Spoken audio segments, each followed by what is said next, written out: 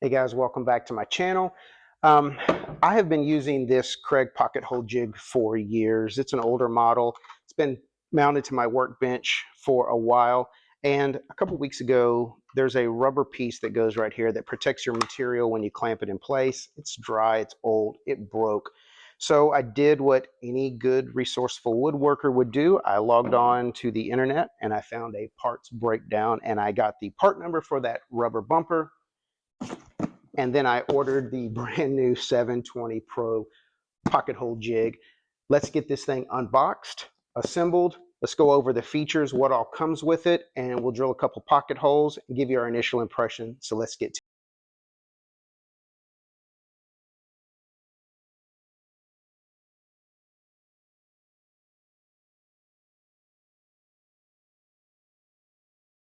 it. After this, we're gonna talk about everything that comes with it, and then, like I said, we're gonna put it on the bench and get a few things drilled, see how this thing operates. So yeah, nice owner's manual, which we will keep, and because we're a man here, we're probably not going to look through the instruction manual.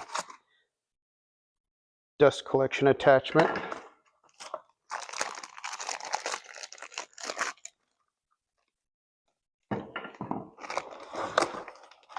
The jig itself feels very heavy. I like it so far. It's definitely got some weight to it.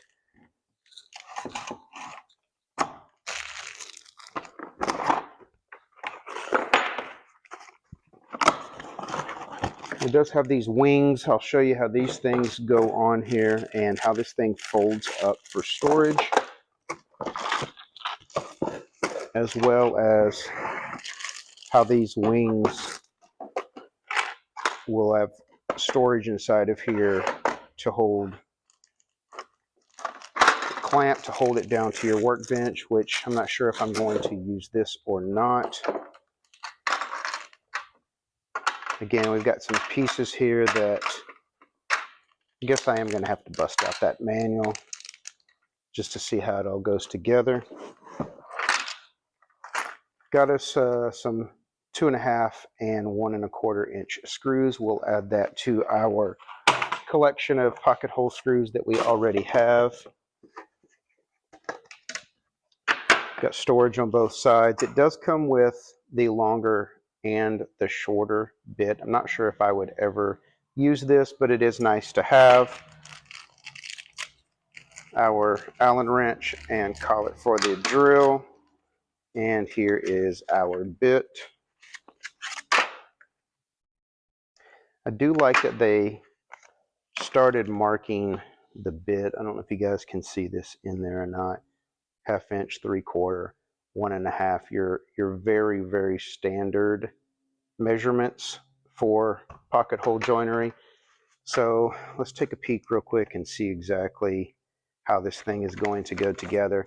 Now on the back side of this, this is where your storage for most of your stuff is going to go. I'm going to go ahead and slip this on and tighten it down. And it does have, you can see this hole right here. This is what you line up with the markings on this bit. So far, I'm digging that. That's a pretty cool system there. That's going to help. Instead of having to line this up every time you want to drill a hole, it's nice that they put those markings on there. But yeah, here's our storage. Back of this is super nice. Everything goes into the actual jig itself. Storage is all in here. So I'm going to flip this over. And we have these two pieces which are basically going to snap in here. And honestly, it goes together like some Legos, man. It just kind of pops in, slides forward, locks in place. And this is what is going to hold these down and give you support for your material that you're cutting. I do like, it doesn't have actual markings on here, but it does have tick marks at 1 inch and every 1/8 inch increment, although it doesn't say 1, 2, 3 above it. I'm not sure if I would or if I will ever want to use this. I'm not sure about you guys, but pocket hole joinery, I very seldom measure exactly where I'm putting pocket hole screws unless there's a very specific reason for that. And if I'm being honest with you, I've yet to run across that very specific need. So let's just find out what these last two pieces are for, and we'll get this thing set up. Okay, so here, here, and this little nut goes in place. All right.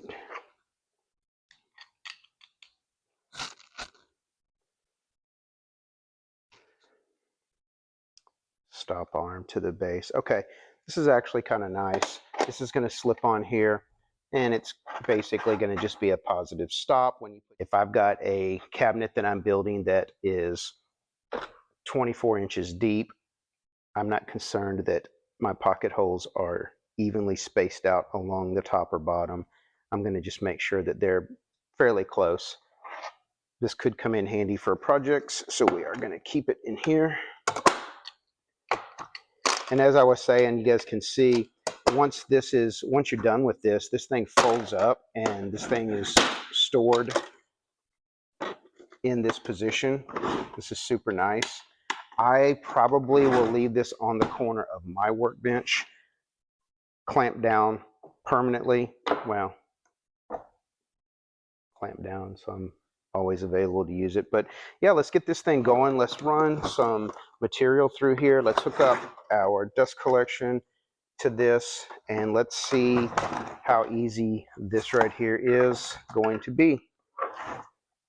Tension to adjust how much pressure you do want to put on your material.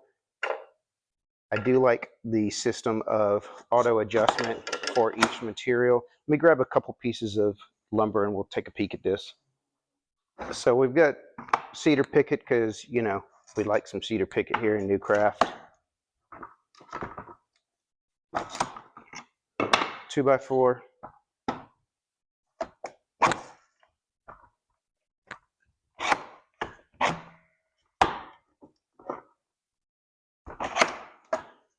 One by 4.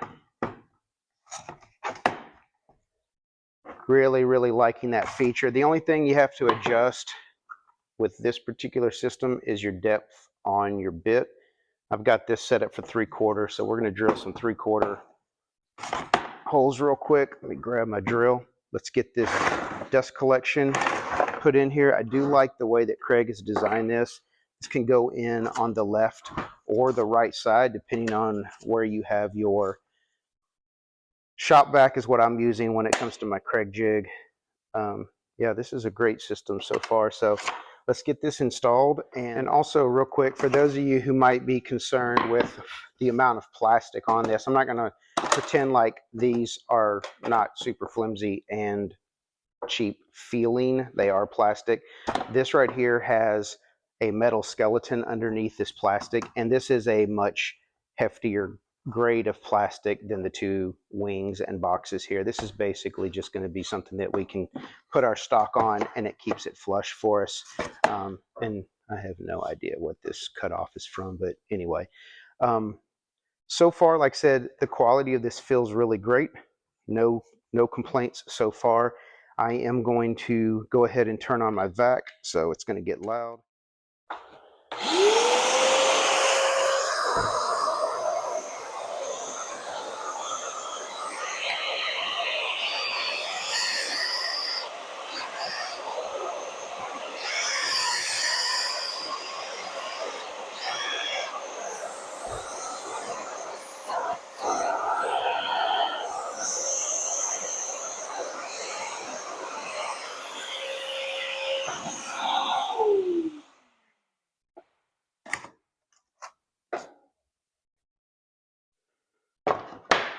So if I'm being honest with you, this vacuum, it sucks.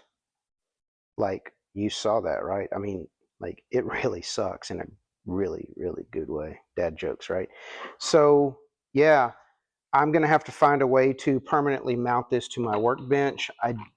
am not super happy with this little clamp that came with it. Look, it fits great in here. My workbench is just too thick for this to work, so I'll have to figure something out. I prefer to have this permanently mounted to my table with some screws, so I don't see anywhere where I can do that, but I will definitely figure something out. So, and also real quick, guys, before we wrap up this really short video, do not ever build a T-track workbench, ever. This was the worst mistake of my life. Built this thing during COVID and thought I was being one of the cool kids, and I regret it. It collects dust and sawdust and everything falls in here, screws, whatever, and when you go to slide your clamps around, they get stuck on everything that's in there. That's why I mentioned in one of my very first videos that we're going to be getting rid of this workbench and going with something else. I'm not quite sure if I'm ready to build this particular project yet. So that's that. This is the Kreg 720 Pro. For the record, I got mine 2 days ago at Woodcraft, $35 off. They are beating Amazon's price right now. That's why I picked it up, not plug-in Woodcraft. I'm not sure if you guys have one in your area. I like my local store. It is what it is. If you have one, check it out. I'm not sure if that price is good online or not. I didn't bother looking at that. Also, as you can see, my shop is a complete and total mess. My saw is put together, trying to get everything reorganized. Plan on completely gutting this area over the next weekend or so and reorganizing the hell out of this place. French cleat systems going up, hopefully starting on that Monday.